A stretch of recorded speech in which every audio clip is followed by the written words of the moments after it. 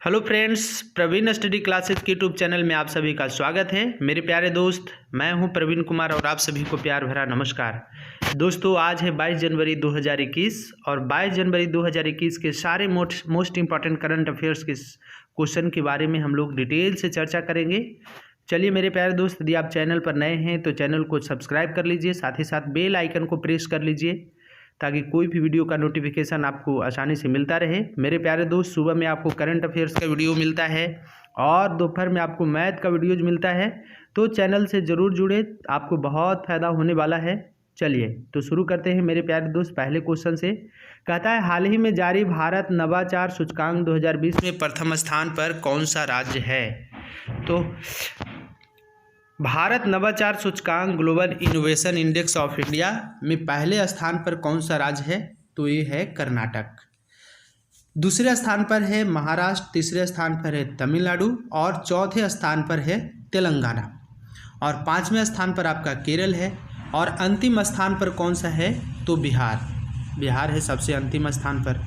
Global innovation index जो है नीति आयोग के द्वारा जारी किया जाता है। किसके द्वारा? नीति आयोग के द्वारा जारी किया जाता है।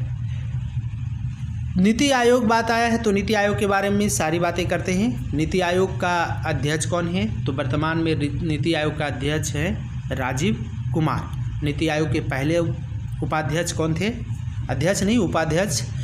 अध्यक्ष तो नीति आयोग का प्रधानमंत्री होते हैं, आपको पता होना चाहिए। और उपाध्यक्ष कौन है? राजीव कुमार। पहले उपाध्यक्ष कौन थे?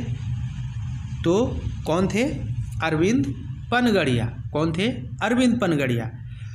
नीति आयोग के सीईओ कहने का मतलब एक सीईओ कौन है?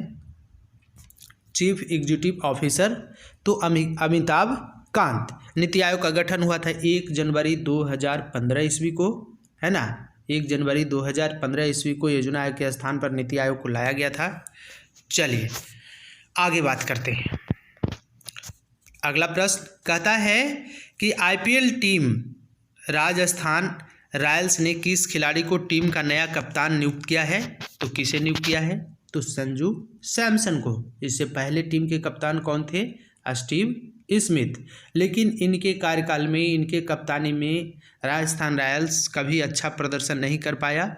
यही कारण है कि इनके स्थान पर संजू सैमसन को कप्तान बदल करके बनाया गया है ना। चलिए अब आया है राजस्थान रॉयल्स। तो राजस्थान रॉयल्स के मालिक कौन है? तो राजस्थान रॉयल्स के मालिक हैं मनोज बदले। कौन? मनोज बदले और लचलान मर्डोक। कौन है? लचलान मर्डोक। इतना याद आपको रखना है। और भी जानिए, जितने भी सारे इंपॉर्टेंट है इससे हम लोग जानेंगे आज। तो 2020 के आईपीएल की बात करें तो 2020 का आईपीएल कहाँ हुआ? तो यूएई में। कहाँ हुआ? यूएई में, यूनाइटेड स्टेट ऑफ अमीरात में, है ना। केमा संस्करण था, तो 13वें संस्करण का आयोजन किया गया, है ना। इस बार के स्पॉन्सर कौन थे? तो इस बार के स्पॉन्सर कौन थे, इसे आपको जवाब देना है। और 2020 के आईपीएल के विजेता कौन है? तो 2020 के आईपीएल के विजेता है मुंबई इंडियंस। किसे हराकर जीते? दिल्ली कैपिटल्स को। किसे हराकर? दिल्ली कैपिटल्स को। चलिए, आईपीएल की शुरुआत सबसे पहले कब हुई और भी जानिए। तो मुंबई इंडियंस लगातार, मतलब 2013 में पहली बार जीता, 2013 के बाद 2015 में, 2015 के बाद 2017 में, 2017 के बाद 2019 में। कब? 2019 में। और 2019 के बाद 2020 में भी आईपीएल का विजेता कौन बना? मुंबई इंडियंस। मुंबई इंडियंस के कप्तान कौन है? तो मुंबई इंडियंस के कप्तान हैं रोहित शर्मा, है ना। इन्हीं के कप्तानी में लगातार अच्छा प्रदर्शन कर रहा है अभी मुंबई इंडियंस। मुंबई इंडियंस के मालिक कौन है? तो नीता अंबानी। कौन है? नीता अंबानी। और भी जानिए इससे सारे इंपॉर्टेंट करंट अफेयर्स। आईपीएल 13, मतलब आईपीएल 13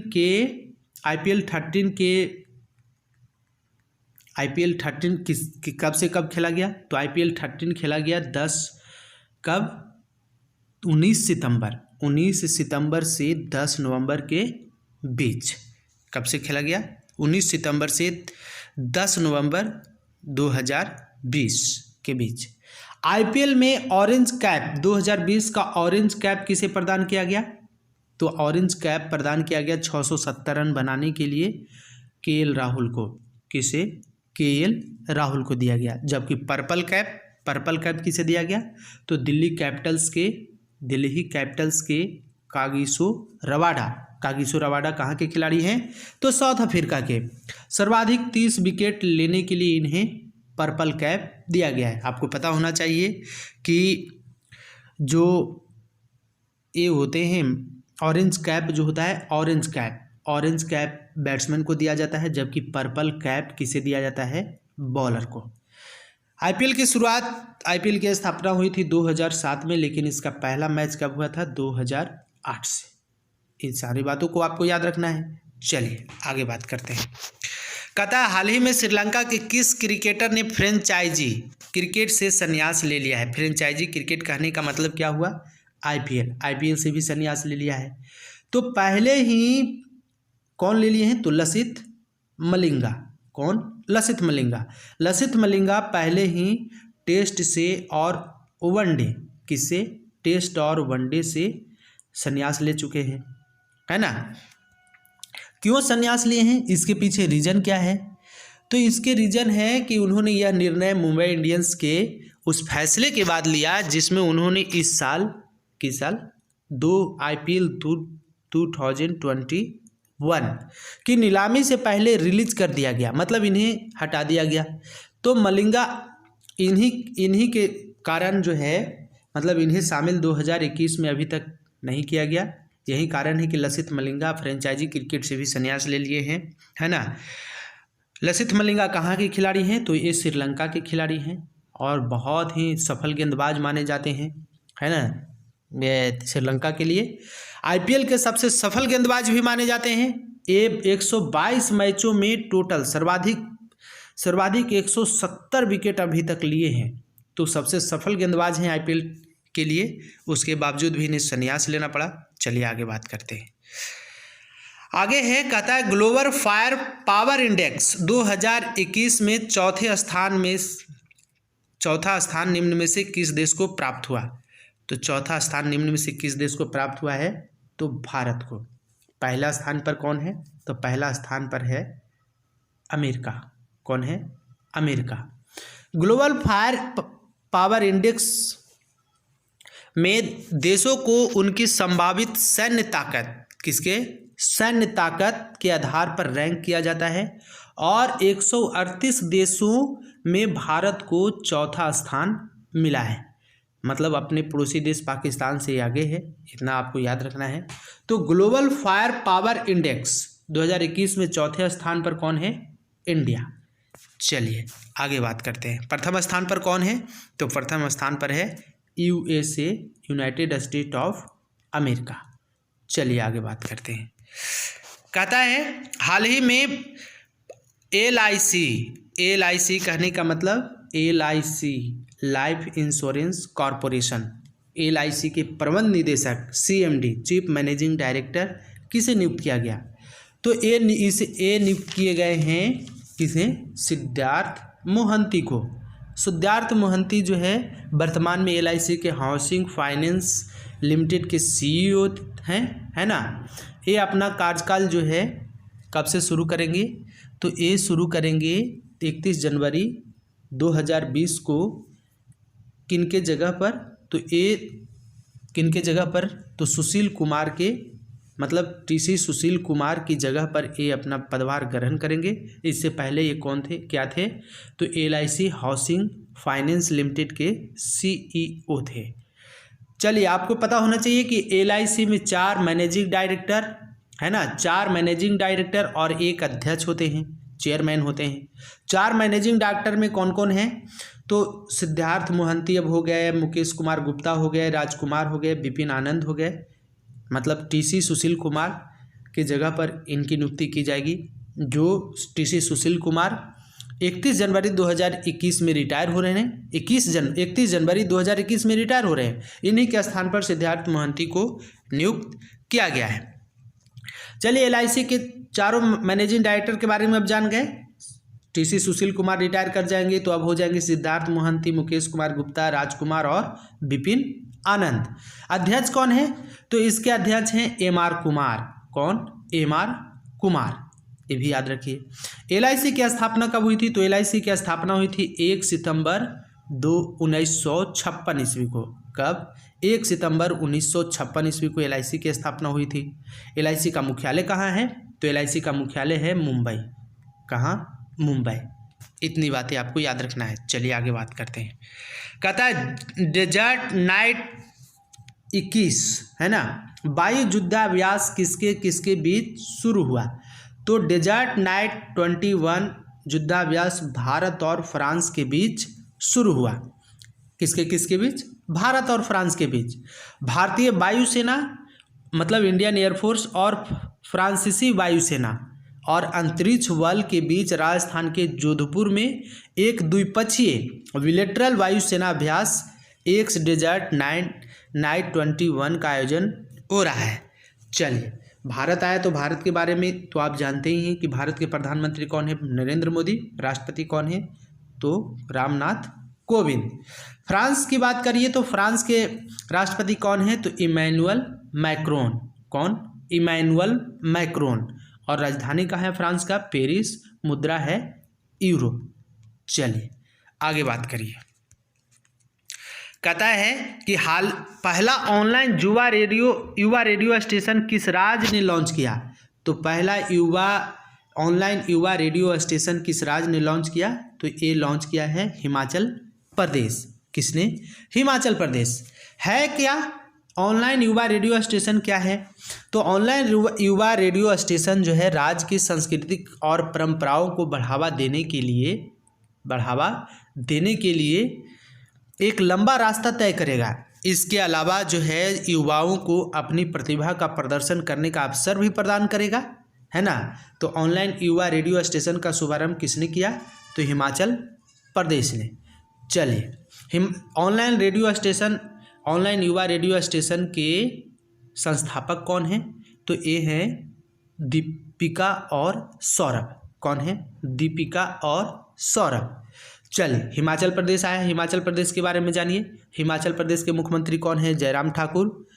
हिमाचल प्रदेश के गवर्नर कौन है? तो बंडारू दत्तात्रेय। लोकसभा सीटों की संख्या है 4, राज्यसभा सीटों की संख्या है 3 और विधानसभा सीटों की संख्या है 68।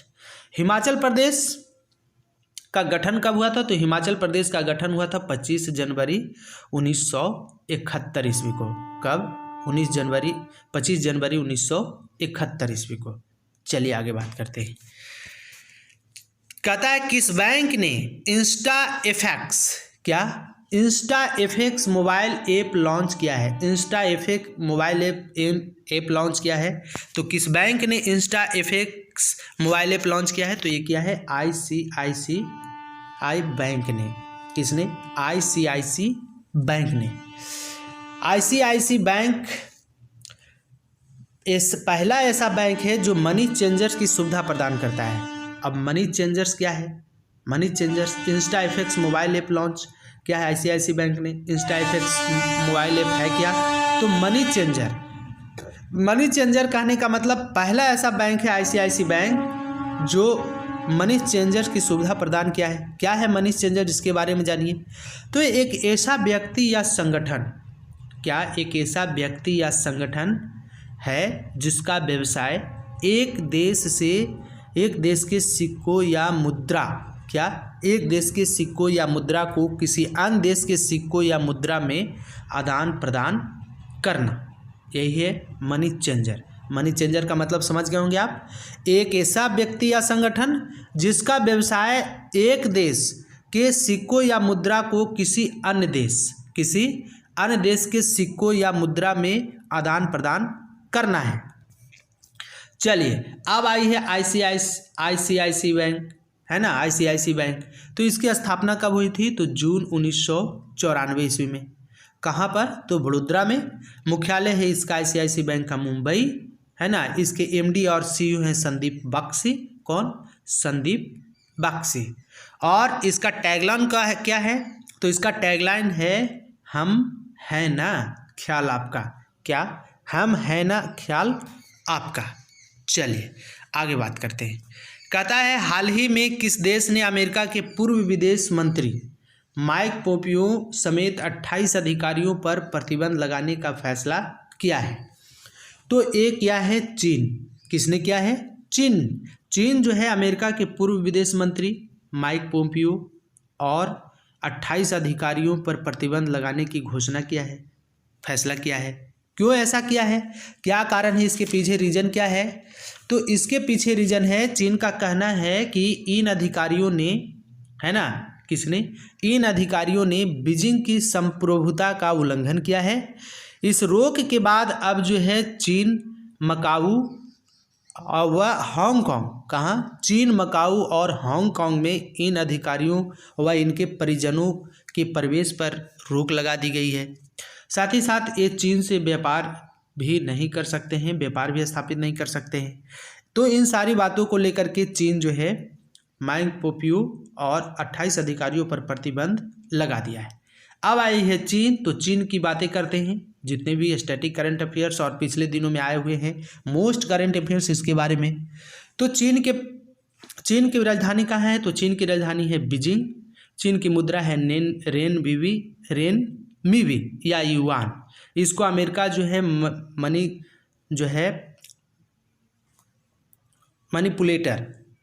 मनीपुलेटर करेंसी मनीपुलेटर का दर्जा दिया है। मतलब जब इसे मन करता है तो अपना मुद्रा अपने मतलब जो है इच्छा के अनुसार कभी रेनमीबी तो कभी युआन कर लेता है। तो इन दोनों मुद्रा को याद रखना है, रेनमीबी या युआन चीन का मुद्रा है।